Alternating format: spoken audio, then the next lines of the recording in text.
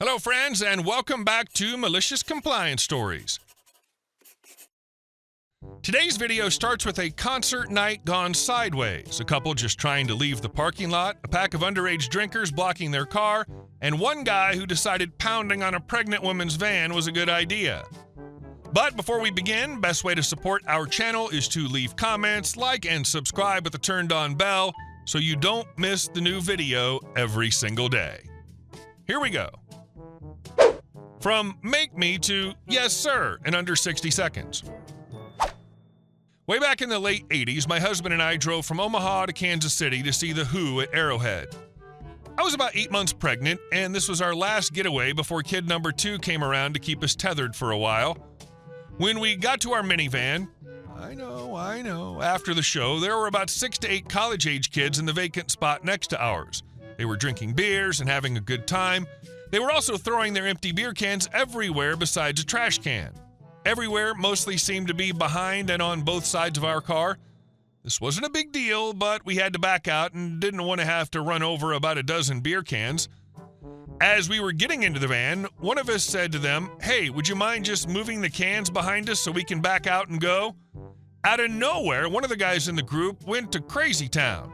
His chest got all puffy and he started yelling at us like, "Who do you think you are telling us what to do, you blah, blah, blah?" Now, years later, I don't remember what he said. I just remember we looked at each other with WTAF is going on here. My husband said, "Look, we just want to leave, so move the beer cans from under and behind our car." Crazy Town moved into a whole other realm of ballistic. He started slamming his palm against the van window, hard, demanding that we make him move those cans. To this day, I'm still amazed at the resilience of those Chrysler windows. His nuttiness provoked both of us, and we were both out of the van yelling at him to get away from our van. When it looked like a fight might break out between my husband and CT, I stepped in between. I didn't figure anyone was going to hit an 8-month pregnant woman. At this point, his buddies kind of pulled him back, but he was still mouthing off. We snaked our way forward between a couple of other cars and drove off with them throwing fists and yelling. A few rows over, we noticed a couple police cars. We looked at each other and said, "Yup." We drove over and recounted what had happened. The officer saw my belly and told us to take him to them, so we drove back over. Crazy Town saw us and immediately jumped toward our van, clearly ready to resume his tirade. We pulled over into a parking spot, and that's when he saw the police car. The first thing the cop said was, "You boys having some fun here tonight?" We heard a round of "Yes, sir" from the group. Then the cop asked, "Are you old enough to be drinking? Let's see some IDs." The group got quiet, real quiet. The cop says, "I didn't think so."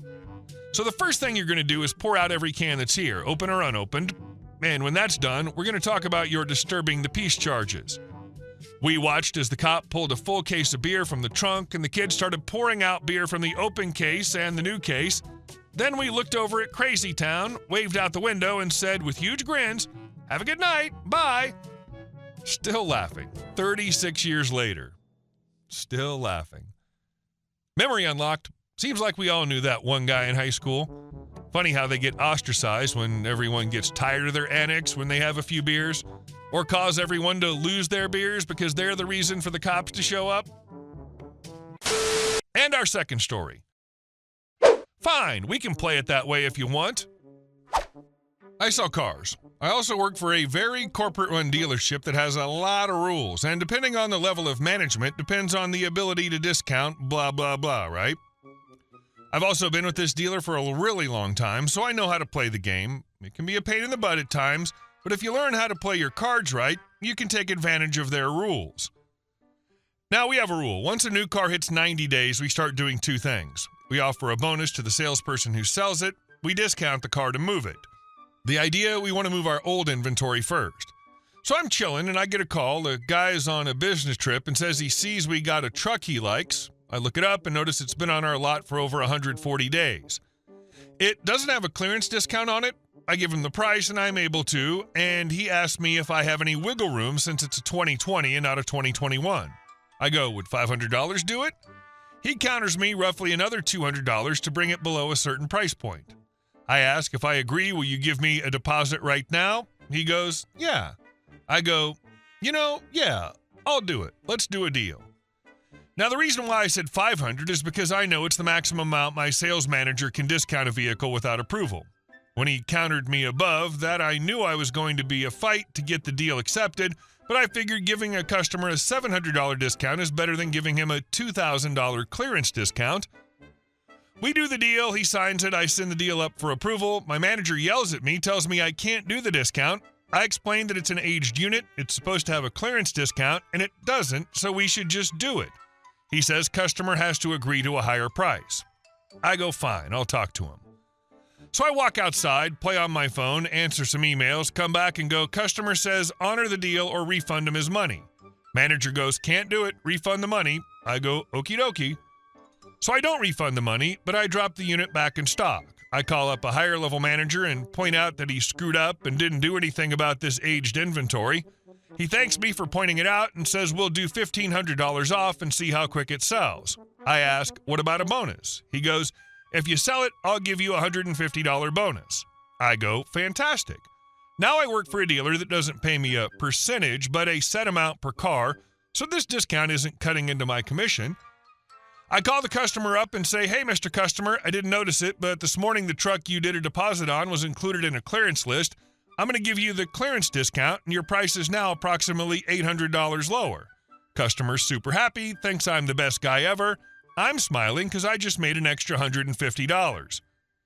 Later that afternoon, my manager comes in and goes, OP, did you drop that truck back in stock? I said, no, customer's going to buy it. He goes, oh, he agreed to a higher price? I smile and go, nope, I got a clearance discount on it. My manager smirks at me and goes, you got a bonus too, didn't you? I smiled and said, sure did. Malicious Compliance is my dealership refused to do the common sense thing and give a customer a $700 manager discount, so instead they gave me a $1,500 clearance discount and a $150 bonus. The best part is how clean it is. You honor the deposit, stayed inside policy, and let corporate's own 140-plus days rule do the talking. Your manager can't even be mad. He said refund it. You made it sell itself. Turning a $700 no into a $1,500 yes, plus $150 to you, is the kind of algebra that keeps CSI, Customer Satisfaction Index, high and aged metal off the lot. And our last story. Jim picked the wrong veteran to mess with. When I bought my house in Florida, I had one rule: no HOA. I spent 20 years in the military taking orders, and I wasn't about to trade one chain of command for another, especially not one that thinks it can tell me what color to paint my garage or whether I can keep a couple of chickens. My realtor promised me the homes along the main road weren't part of the HOA, only the newer subdivision tucked down the side streets. Seemed perfect. 2 weeks after moving in, I found a flimsy sheet of paper shoved into my mailbox. No envelope, no official letterhead, just a folded notice claiming I was past due on HOA fees. I laughed, figured it was a mix-up, and tossed it in the trash. A month later, another one showed up. I kept that one. Then last Monday, I pull into my driveway and find some guy in khakis loitering on my porch. Afternoon, he says, puffing out his chest.